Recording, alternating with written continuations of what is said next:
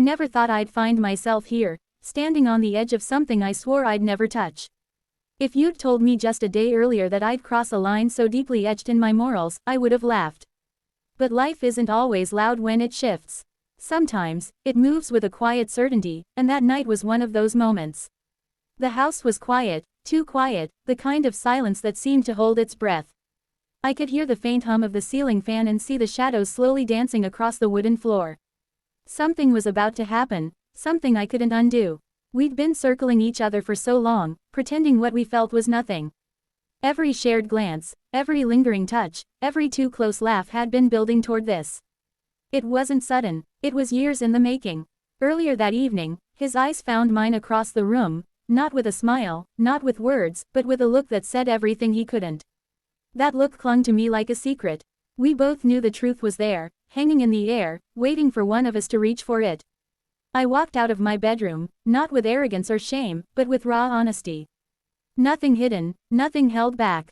The hallway was dim, the walls lined with shadows, and he was standing at the other end, still, silent, stunned. When he looked at me, his gaze didn't scream desire, it whispered something deeper. Something sacred. He stepped forward slowly, like every inch between us mattered. When my back met the wall, the heat from his body met the cold behind me, and we were suspended in that fragile space where everything could either begin or break. He didn't touch me right away. His hands hovered near my skin like they were afraid to cross into reality. I could feel his hesitation, caught between right and wrong, between history and hunger. He leaned in, his breath mixing with mine, but held back just enough that our lips didn't meet. And then, instead of moving closer, instead of acting on what felt inevitable, he said something. Words that pierced the silence more powerfully than any touch could. I wasn't ready for them. They knocked the breath out of me in a way I didn't expect. That was the moment everything shifted. And then there was Caleb. 32, a carpenter with quiet hands and a thoughtful gaze, living just 2 houses down. We met when he came by to fix my porch railing 3 years ago, and something about the way he worked, calm, focused, steady, stuck with me. Since then, we'd created a quiet rhythm. Late-night coffee on my porch, casual walks to the store, and text messages that started with nothing and somehow meant everything. We'd never officially been more than friends, but it had always felt like we were walking a line we didn't dare cross. Almost lovers, almost truthful, always holding back. But that night, I stopped pretending. I stopped waiting. The air between us wasn't hollow, it was thick with the weight of everything unspoken. Glances we ignored, emotions we buried, desires we kept leashed. Caleb looked at me like he was carrying a storm behind his eyes, longing, guilt, hesitation, and a deeper fear that seemed to tighten around him. He raised his hand, slowly, like he wanted to touch my face, to anchor himself in something real. I thought it was finally happening, that one moment where everything would shift. But his hand stopped midway, then fell. His eyes told me he wasn't just afraid of what we might do, he was afraid of how much he wanted it, of what it could destroy. The wall behind me felt cold, but his nearness was heat. Still, he didn't touch me. Didn't say a word. The silence throbbed like a pulse between us. And just when it felt like the tension might pull us both under, his phone buzzed. The vibration was sharp, intrusive, cutting through the moment like a blade. He hesitated, frozen in place, but then his eyes gave him away. He was making a choice, between me and whatever was lighting up that screen. He pulled out the phone, glanced at it, and in that instant, everything in him changed. His body tensed, his jaw locked, and the warmth that had lived in his eyes faded. He looked at me again, not like a man driven by desire, but as someone suddenly burdened by truth. "I didn't want you to find out like this," he said softly, a weight in his voice that made my chest tighten. I didn't know what he meant. Not yet, but I could feel it, the sharp edge of a secret pushing its way into the light.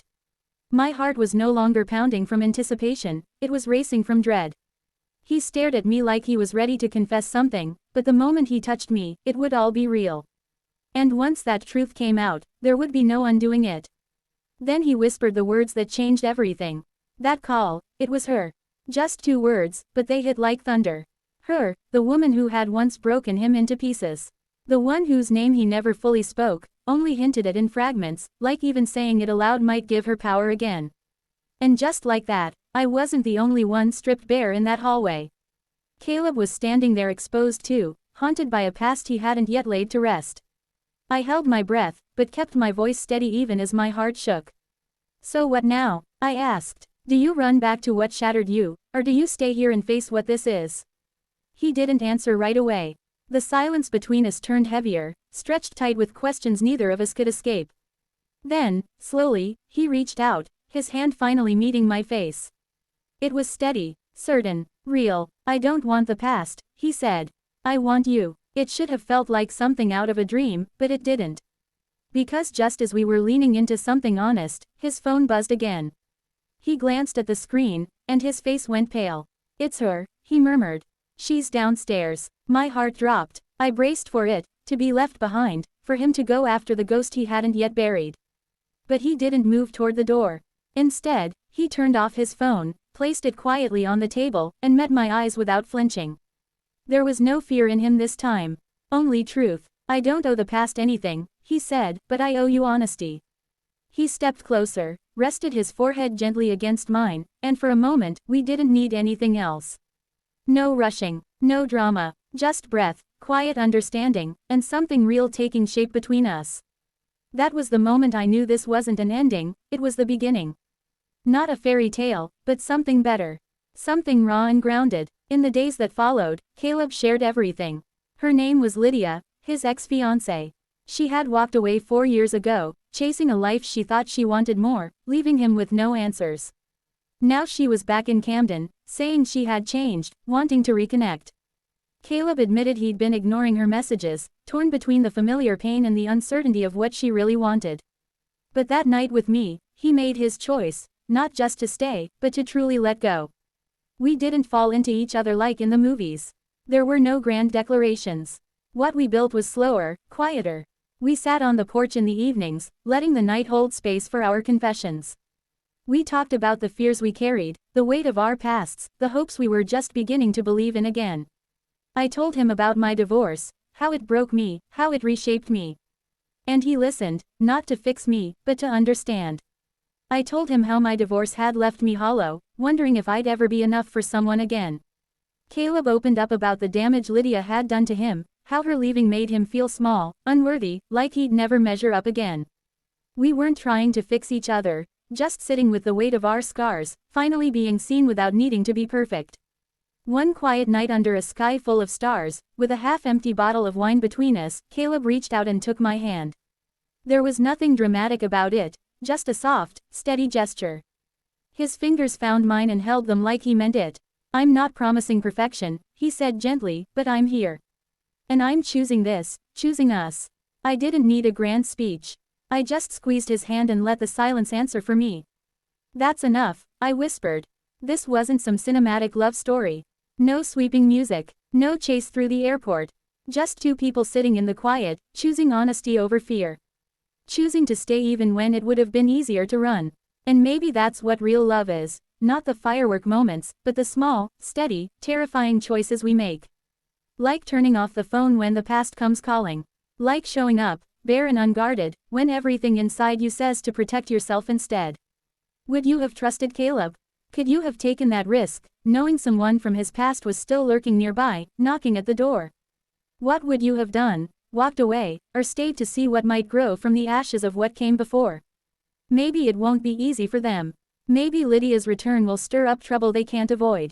But maybe, just maybe, what they're building will be strong enough to weather it. Because sometimes, the most intimate part of a story isn't what happens behind closed doors, it's the moment someone finally sees you, and chooses you anyway. Disclaimer. This story is a work of narrative fiction inspired by real emotional experiences and is intended for mature audiences only. It contains themes of infidelity, emotional conflict, and romantic tension. Viewer discretion is advised. All characters and situations are either fictional or dramatized for storytelling purposes. Any resemblance to actual persons, living or dead, is purely coincidental. Thank you for watching and sharing this space with us. If this story moved you, don't forget to hit that subscribe button and turn on notifications, because more raw, emotional true stories are coming your way. Your thoughts mean everything, so drop a comment below. Would you have trusted Caleb? Let's talk about love, choices, and the courage to begin again. Until next time, stay real, and stay with us.